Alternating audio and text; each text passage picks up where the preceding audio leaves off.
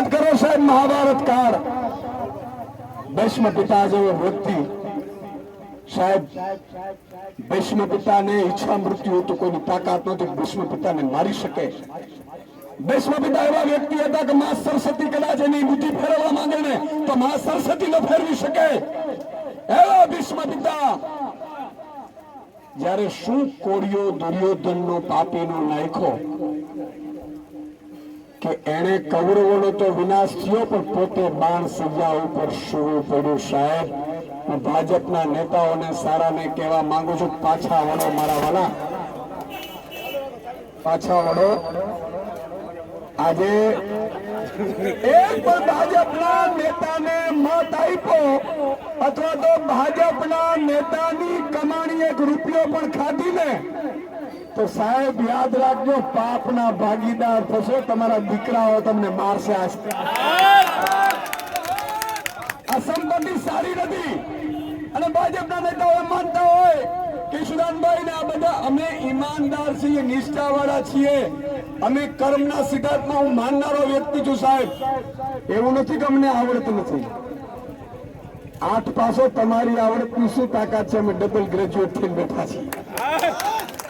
આવડત તો અમને તમારા કરતા 100 ગણી છે, પણ અમારા ખાનદાન, અમારું લોહી અને માં ભગવતી ઈશ્વર અમને કહે છે હરામનો કે ખોટો રૂપિયો ક્યારે લેવાનો થતો નથી ને એટલા માટે અમે કરેલા છીએ સાહેબ. એટલે આજે પ્રેમ મળે છે.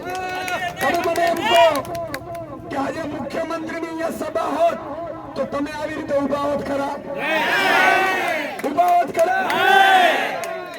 મિત્રો, ભાજપના લાભાર્થીઓ છે જે લોકોએ ગૌચરો દબાવી દીધી હોય, કરોડો રૂપિયા કોન્ટ્રાક્ટ માંથી ખાઈ જતા હોય, ઈ લોકો ઉભા ન હોત અને તમે સાહેબ સ્વયંભૂ આવ્યા છો. આનું નામ પરિવર્તન નક્કી છે. આ સ્પષ્ટ સાબિત થાય છે. અમે લોકો મિત્રો હટવાના નથી, પણ તમે આ રીતે સાથ આપશો તો તમને ખાતરી આપીએ છીએ કે ભાજપના જો મુર્ગા ન ઉખાડી દઉં તો સુદાન નતો અને તળિયા હોતા કાઢી લેવાના છે. અને ભાજપ વાળા સમજતા હોય કે અમે આમ કરીશું, અમે પોલીસને પણ હું કહેવા માંગુ છું 2 વર્ષ છે.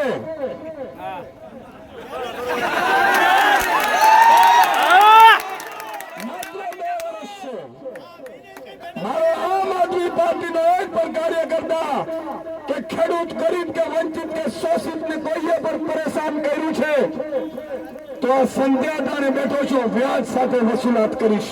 આ નક્કી છે. કોઈ પણ લોકોને અધિકાર નથી મારા ગરીબો, વંચિતો, શોષિતો, માતા બહેનો, દીકરીઓ ઉપર અત્યાચાર કરે છે. અને ભગવાન કૃષ્ણ અમારી સાથે છે, કાળીઓ ઠાકર અમારી સાથે છે. શું કામ? કે અમે સત્યની સાથે છીએ. આપણે સૌ સત્યની સાથે છીએ. એટલે વધારે હવે સમય ખૂબ થયો છે. તમે ખૂબ દૂર દૂરથી આવ્યા છો, મોટા પ્રમાણમાં તમે અહીંયા આવ્યા છો અને તમને ઈચ્છા છે ચાલુ રાખો, પણ મને ચિંતા થાય બીમાર થશે. બરોબર છે?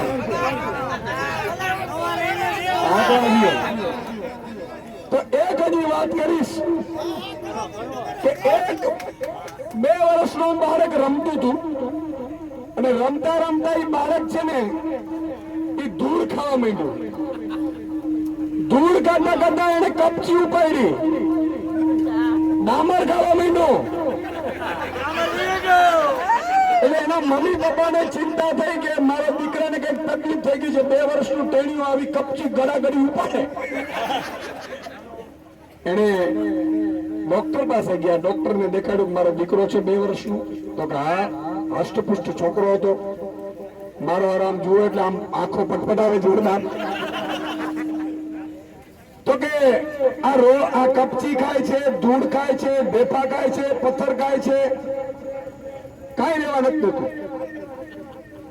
ડોક્ટર કે આ તો ઓકે છે, તમે જ્યોતિષ પાસે જાઓ.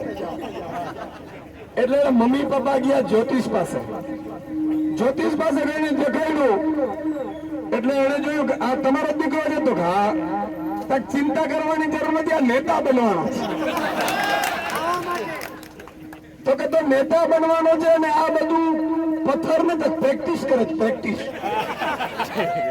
મોટો થઈને રોડના રોડ ખાઈ જાય, બ્રિજના બ્રિજ ખાઈ જાય, ગૌચરની ગૌચર ખાઈ જાય. સામેવાળામાં તમને આ દેખાય કે ન દેખાય? લક્ષણ દેખાય કે નથી દેખાતા? અને એના